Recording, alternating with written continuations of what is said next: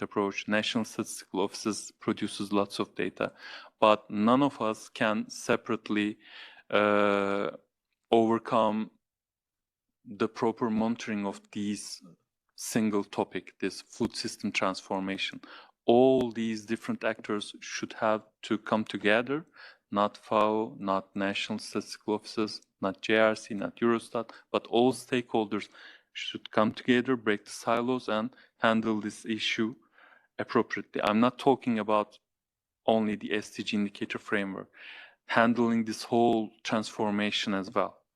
This will be the next step on monitoring the sustainability, and this will also pave the way to better level up with the subject matter experts in all separate areas of SDGs monitoring. And according to these different needs of capacity building, we should further transform the official statistics. We came a good long way in the 8 years, but it's definitely not enough, as we all agree, and we should further transform and accordingly develop the structure, the strategy, the legislation of our mandates as well. Thank you for listening this very long session. Thank you very much.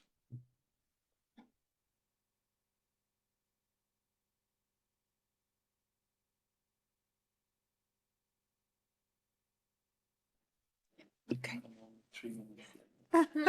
Thank you so much, Övünç, for being only 3 minutes late, but also for a very, very interesting and thought-provoking session. We have quite a lot of conclusions from this meeting, so I'm going to actually dive right into it, because we have half an hour now to conclude.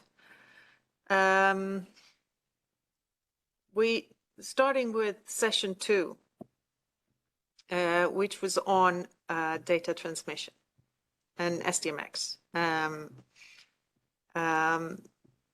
Some of the conclusions from these sessions are that metadata is key to understand discrepancies in data, and the SDG Data Lab could be helpful in detecting why data deviates by comparing global and national metadata and data.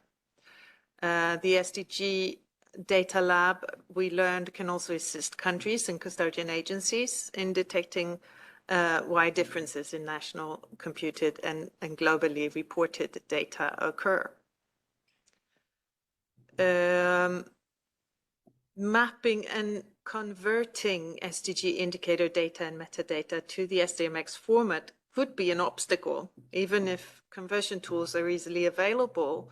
And this may relate to the general uptake of SDMX in countries in the region. We often use other formats.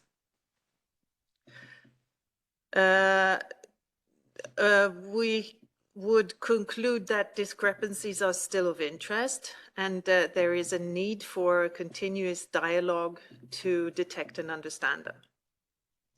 Next slide, please.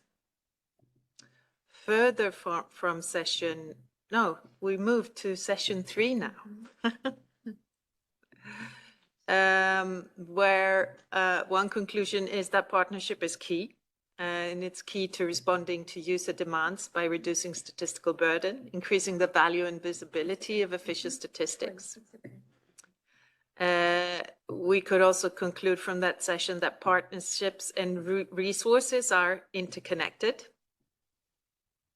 and that leveraging the SDGs and the VNRs, we can leverage these phenomena to achieve overarching goals. For example, boost strategic planning that we heard from Malta, coordination, communication with data providers, innovation, increased data availability, and granularity. You can also leverage VNRs to secure resources and accelerate implementation and monitoring, profit from the evidence-based VNR momentum. But we also saw that VNRs can become too red carpet, that is minimizing national challenges. And we think that robust statistical annexes can help in this, help with this, bearing in mind impartiality concerns, for example. And further on session 3 still, prioritizing helps monitoring and national appropriation of targets needs input from policymakers. The next one, ask and you may receive, or you may not. But we need to do mapping of needs and clearly illustrating potential gains that is key to gaining trust in innovative approaches.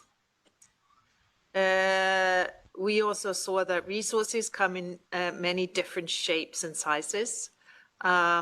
They can be financial, human, expertise, special skills, political buy-in, accessing new data sets, data integration and coordination, which is also a resource. We also heard from Canada, I believe, that civil society provides key input, citizen-generated data, specific demands for support for proactive initiatives and contributions to the shaping of a national strategy.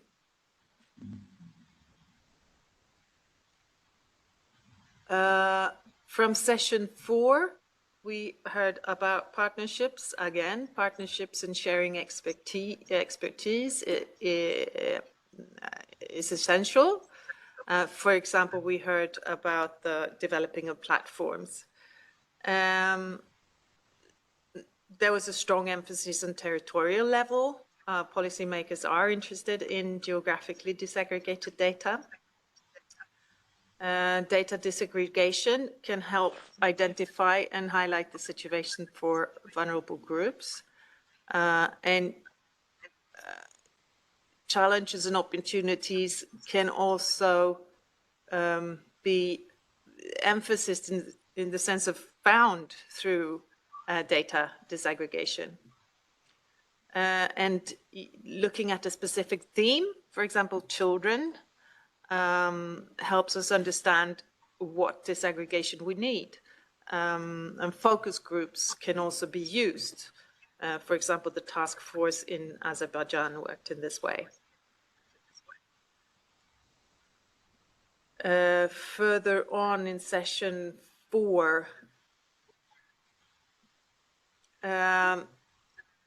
model-based disaggregation methods are also available, and there are guidelines, etc., available for use, and expertise is also available, for example, in custodian agencies.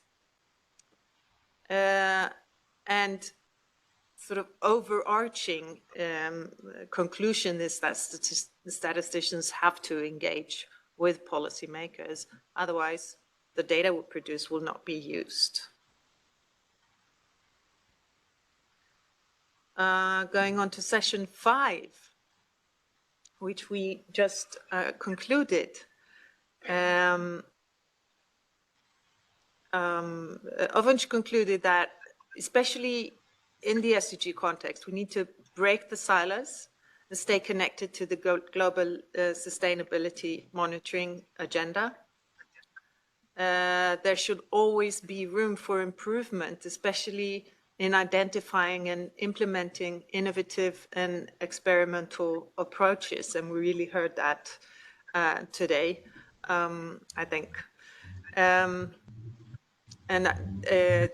it was also mentioned just now by Ovanch that if the SDG indicator framework connects better to the current sustainability agenda and also national monitoring and regional and global levels, then this may also be a change for the SDG community to level up their collaboration with the subject matter experts under national coordination. And continuing on with session 5, with better alignment of SDGs, we can follow up better on the results and the impacts of our products in the policy implementation area. If the current structure is not allowing this, then it is another capacity development issue that we should address immediately, because we will be hearing this more frequently. Too little, too late. We already hear it frequently, I think.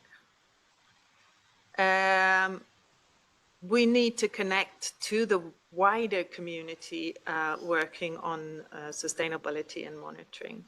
So there are lots of things going on outside of our national monitoring activities, and we need to break out of our isolation, so to say.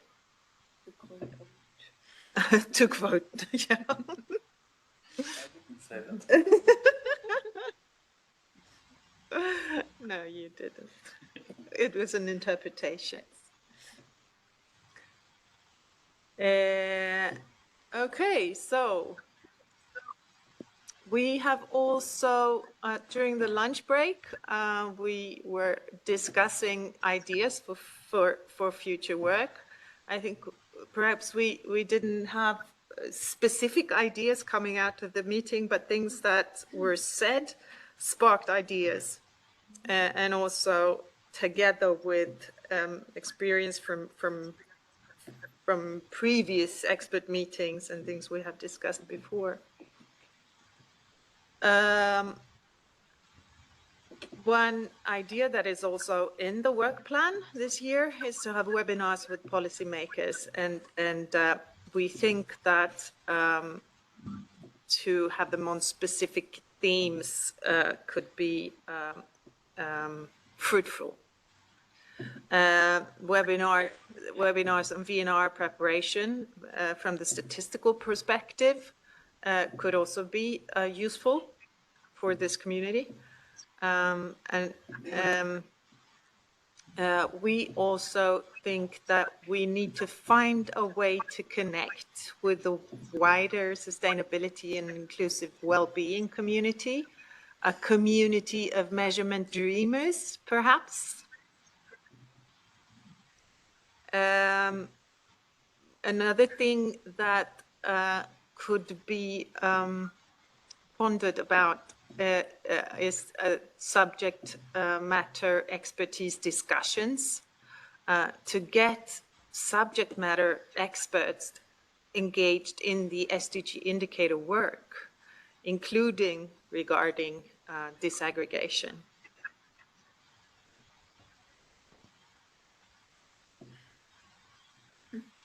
Yeah, okay. We should also explore further issues around SDG indicator availability, relevance, proxies, and how we can communicate on these issues. We heard here and there, what indicators are relevant and who makes this decision if an indicator is relevant or not. We've also heard before, how do you define a proxy is something we've said a lot in this group. And how do we communicate on these issues is of interest. The first session on the task team on data transmission was very interesting. We could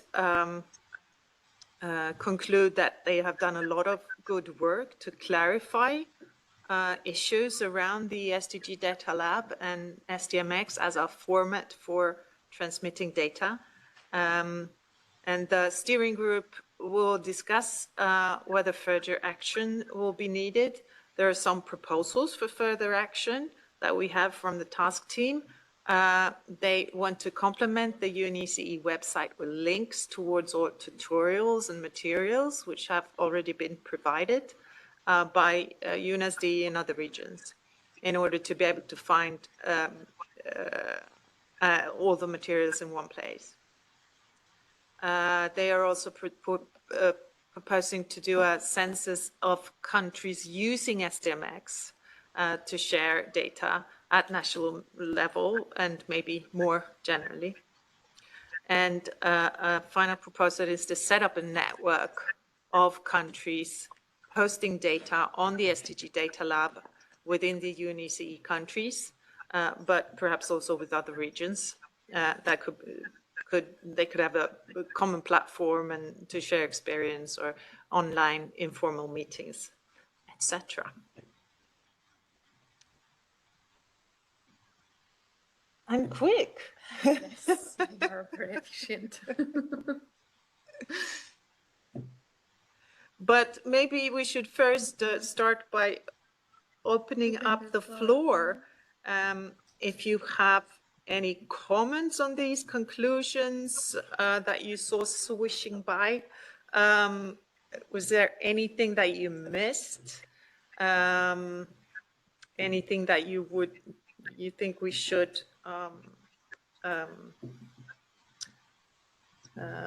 put up as ideas for further work and such? And to the session chairs, did we do justice to your Do you sessions?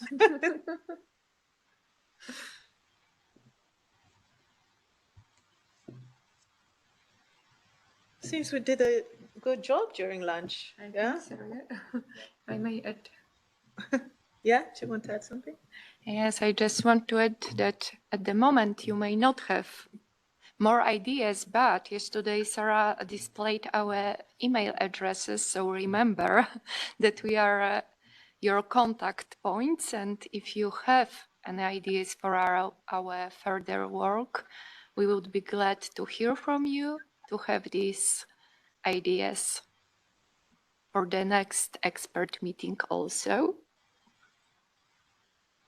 Yes, and even if you have ideas, things that you yourself are working on that you think more people would benefit from learning more about, we would be very happy to hear about that.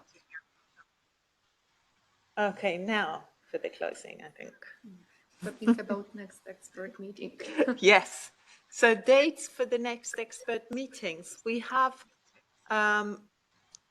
meeting rooms booked in Geneva in the week of 8th to 12th April next year. The 10th is a holiday, so the 21st or the 22nd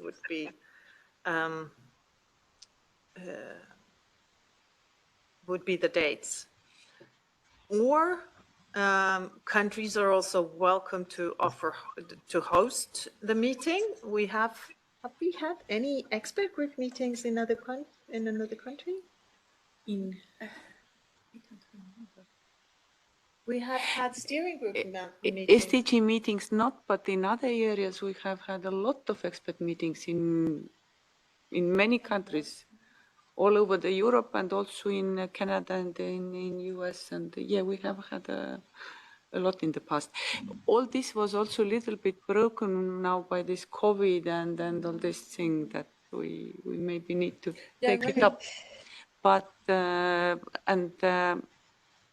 participants like going to countries from time to time.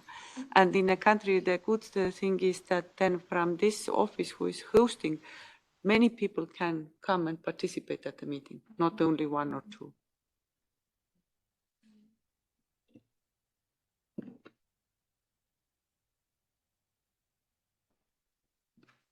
Yes. So if you would like to organize or to host, I think we would help you organize. But to host a meeting, you're very welcome to get in touch. And that would, then other dates would be also possible, of course. Okay, so you can click now, Jonathan. Thank you so much to all the session organizers, to the presenters, and to all the participants. And a special thanks to Live that stepped in at a very late stage to help us finalize and lead session 2. Thank you very much for that. And also, click, click, click again.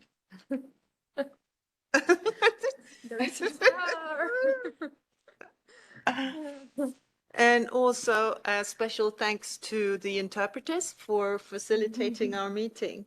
Thank you.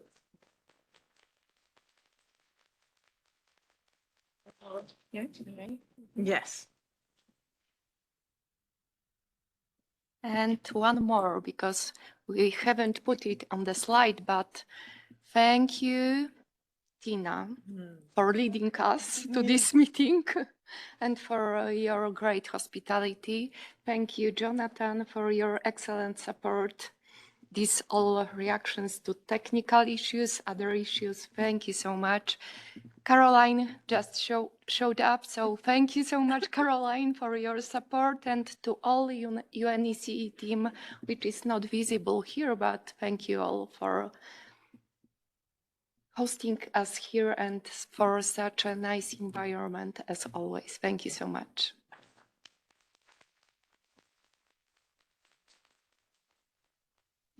And at the end, a great thanks to our co-chairs, Renata and Sarah, who are really great, not only during this meeting, but during the whole time period in between the meetings and leading the teleconferences of the steering group and all this preparation and overseeing the task team. So there is a lot that they are doing. So all this, what is here, is also thanks to their great work.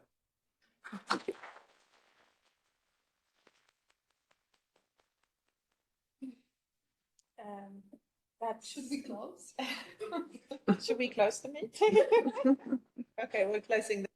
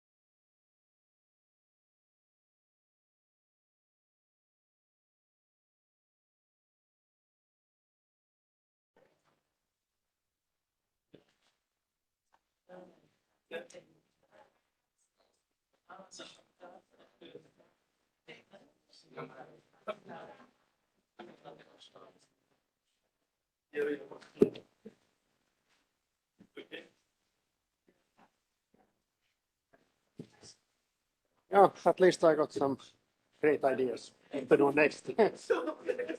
Just imitating the others what they are doing. So if you can finish the agenda before the summer holidays, it will be fine because you have to apply for the travel to Oslo. So, yeah.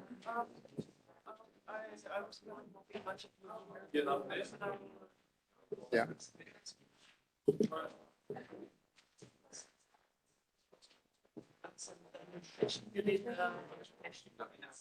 It would be nice, of course, but the agenda is much more important. So they know we have some official business there, so it's just holiday.